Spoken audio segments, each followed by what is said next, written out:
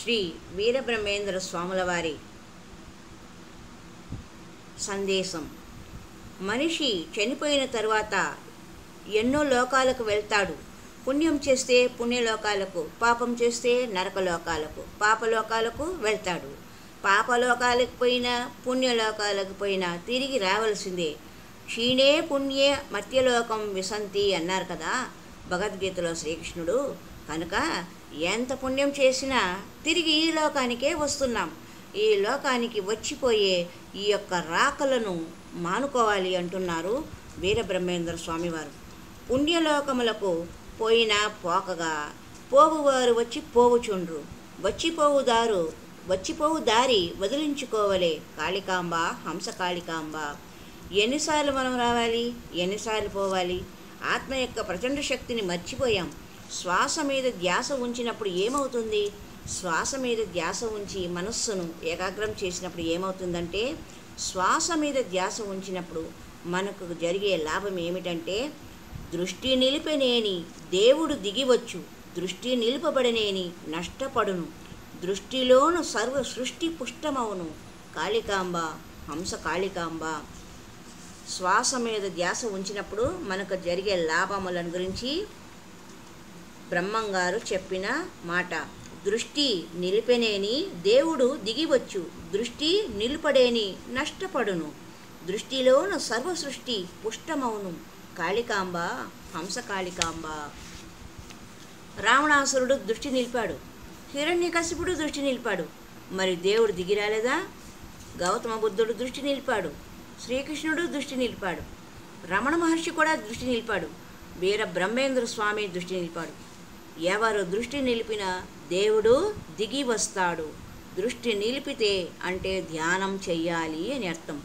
ఉత్తమోత్తమము ఉచ్ఛ్వాస నిశ్వాస పంక్తులు అరసి తాను బ్రహ్మమగుట, ముసుగులోన శివుడు పొసగి ఉన్నాడయ్యా కాళికాంబ, హంస కాళికాంబ.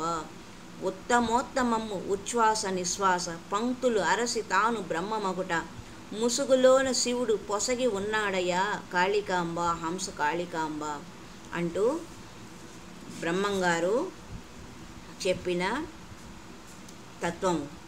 ఉత్తమోత్తమములు ఉచ్ఛ్వాస నిశ్వాసలు. దేహమే దేవాలయము, జీవుడే దేవుడు, ఆత్మే పరబ్రహ్మము కదా, శ్వాసే గురువు అంటున్నారు. ఉత్తమోత్తమములు ఉచ్ఛ్వాస నిశ్వాసములు మన శరీరంలోనే ఉన్నవి. కళ్ళు రెండు మూసుకొని శ్వాస మీద ధ్యాస ఉంచుతాం. దీనినే గౌతమ బుద్ధుడు ఆనాపానసతి అన్నాడు. వీరబ్రహ్మేంద్ర స్వామి కూడా ఉచ్ఛ్వాస నిశ్వాస పంక్తులరసి తాను బ్రహ్మమగుట అన్నాడు. ఎప్పుడైతే మనం శ్వాస మీద ధ్యాస ఉంచుతామో వెంటనే చిత్తవృత్తులు నిరోధం చెంది మనస్సు శూన్యమయ్యి మహాపరిశూన్యం చెంది మనం ఆత్మ పదార్థమని, ఆ తర్వాత అంతటా వ్యాపించి ఉన్న సర్వవ్యాప్తమైన ఆత్మ పదార్థం మనమే అని తెలుసుకుంటాం. అదే అహం బ్రహ్మాస్మి. శివుడు ఈ యొక్క శ్వాసను ముసుగులోనే ఉన్నాడు. ఆ యొక్క శ్వాసతో కూడి ఉంటే ముసుగు తీసివేయబడితే జీవుడే శివుడు అని మనం తెలుసుకుంటాం. అహం బ్రహ్మాస్మి, శివోహం అని తెలుసుకుంటాం. ఉత్తమోత్తములు ఉత్తమమే కాదు, ఉత్తమములలో ఉత్తమములు. ఆ ముసుగును తీయవలే, ఆ బురకా తీయవలే. తెర తీయగరాదా అంటే ఎవరో వచ్చి తీయరు. మన ముసుగును మనమే తీసివేయవలే. ఏకం సత్ విప్రబహుదా వదంతి, కాయపు టూపిరిలో గని ఉన్నది కదా అన్నారు.